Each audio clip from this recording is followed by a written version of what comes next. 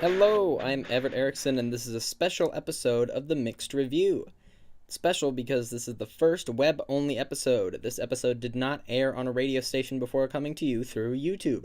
So, thank you for subscribing. After all, you get special perks like this, a bonus review. Because this is a web exclusive, you can bet on it that it's going to be a remixed review.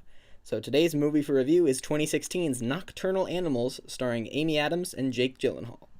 After a brutal divorce, Susan and Edward go their separate ways, with Susan becoming a successful art dealer and Edward becoming a less successful teacher and writer. Then, one day, Susan receives Edward's manuscript, a semi-autobiographical thriller that turns her perspective of their relationship upside down. My ex-husband used to call me a nocturnal animal. I didn't know you had an ex-husband. I've been thinking about him a lot lately. And then recently, he sent me this book that he's written. It's violent and it's sad. And he dedicated it to me. Did you love him? I did something horrible to him. Now it's time for the good review.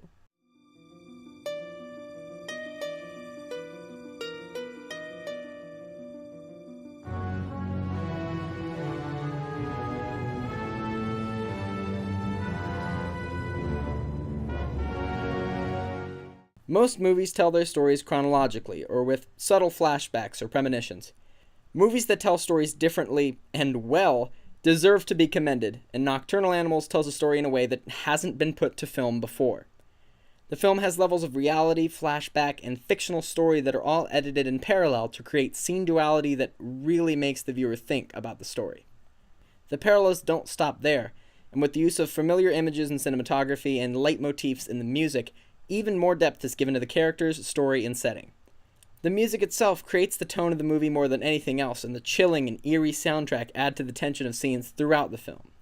This movie has dozens of nods to other filmmakers' famous movies. Just the use of mirrors alone are at a level where Hitchcock would be proud. One more thing. Amy Adams plays Gyllenhaal's wife in the movie, but in the story that he writes, the character of his wife is played by Isla Fisher, and that is just genius and hilarious, and that's really great. I give Nocturnal Animals 5 out of 5 stars.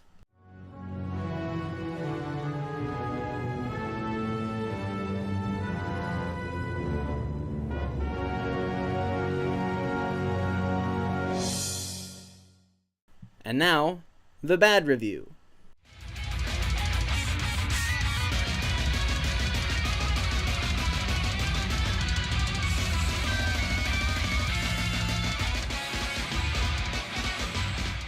"45 minutes into this movie and I could care less about the main storyline.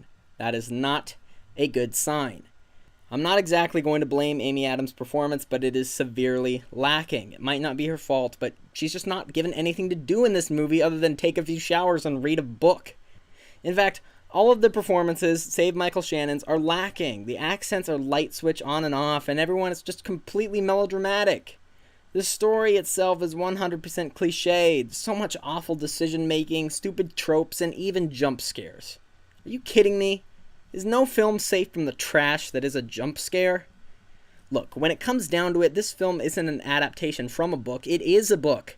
There's so much exposition in this that it felt more like a bad podcast than a movie.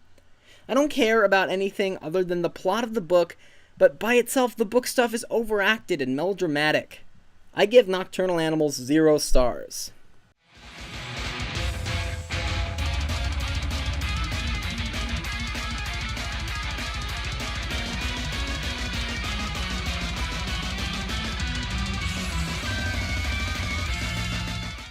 And there you have it. You heard a review from a side that thinks the film was good and one that thinks it was bad.